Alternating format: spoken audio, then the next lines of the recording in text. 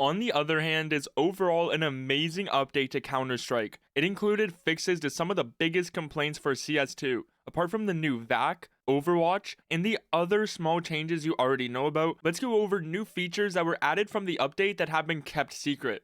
Before we continue, Clash GG is a site with a lot of game modes, like Dice or also case battles where you can win skins. Make your own case in seconds and then share it to your friends to see who gets the best unbox. Deposit with code WATERCS for a 5% bonus and then easily withdraw when you are done. Let's begin with the changes to Bob. People were so excited to hop in game after the update, and then they realized Bob was gone. A comparison of the before to now for CS2 looks something like this, where the bobbing and swaying is a lot more toned down. From Jackie Esports, this is the comparison for side-to-side movement. On the left is the pre-patch, on the right is after the update.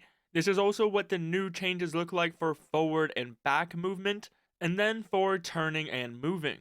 For the command, it was completely removed from the game files. They did add a different bob command, which is CL_head bob land dip velocity threshold. I've tried it in game and I can't see any difference at all, which might be because it is a dev-only convar. So in the new update, they completely removed the new bob command and just changed how weapons moved. Next, you're actually able to currently use 5 grenades at once, not just 4. I'm fully expecting this to be a bug, but like many other Counter-Strike bugs, they turn into unintentional features. It was pointed out by Vinny that if you buy a set of nades and then drop the flashbang, when you go to buy and then pick up the flashbang, you then will have 5 instead of the regular 4 grenades. You can now quickly report or commend players from right-clicking the scoreboard, just a clean quality of life feature that wasn't mentioned in the patch notes. There's also a few other things like switching hands. A big part of the update was around this change, but there's actually a lot more to it, which many players haven't even realized. And that's this new CL right hand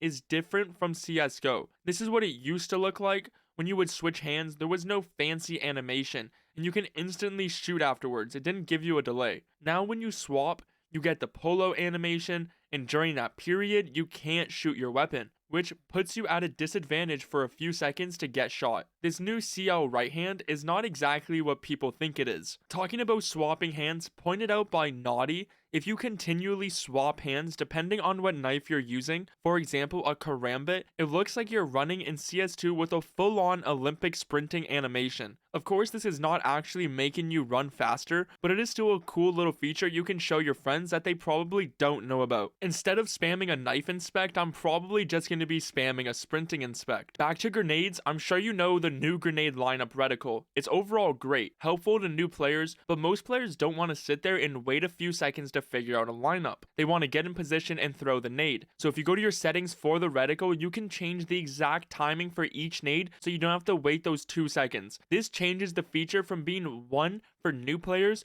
to 1 for experienced players too. You could also say Overwatch is in theory a hidden feature of the new update, but Valve did announce it. It's just not out for every player to use. If you want to see it and learn more, check out this video right here.